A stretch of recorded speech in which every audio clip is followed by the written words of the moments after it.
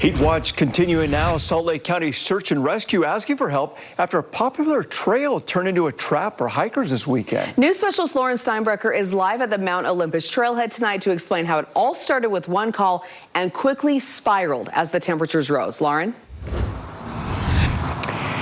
Yeah, Debbie and Dan. So Search and Rescue tells me when they got out here yesterday, the parking lot was full. Lots of people coming out on the trail, taking advantage of a nice day, but not taking into account there is no shade on this trail. They were not prepared for the heat.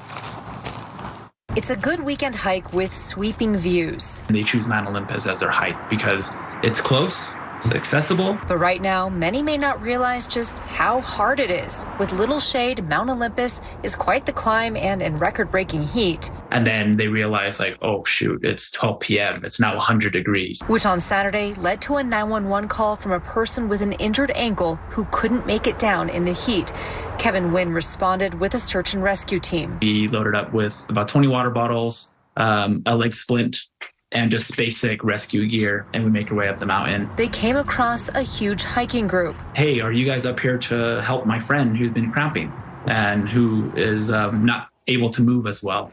And so we made that call down back to our command post, letting them know, like, hey, we potentially have another patient on the mountain here. After helping DPS hoist the first person out by helicopter, they reached the second person who was dehydrated and experiencing heat exhaustion. We sat him down, gave him some electrolytes, some Gatorade, gave him some snacks, let him cool off a little bit in the shade, and then started making our way down with him. And that's when they found a third group. They said it was a female who hurt their ankle.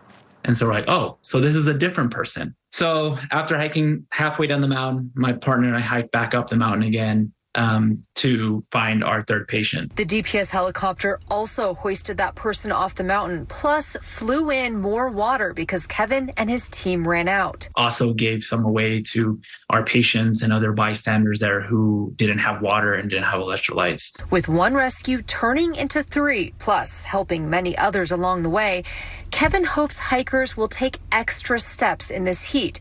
Bring tons of water, he says, more than you think you need, plus sun protection. Just really understanding what your capabilities are, especially in this heat. And if you want to hike Mount Olympus, Kevin says don't do it during the middle of the day, at least not during a heat wave. Yeah, and expanding upon some of those things, Kevin suggests having in your hiking backpack that sun protection, of course, sunscreen, sunglasses, a sun shirt, a hat. Make sure you have all those things on you, as well as a hydration bladder of some sort. Bring that extra water. And really, when it comes to trails like Mount Olympus, might not be a good idea to hike it right now, especially not between 10 a.m.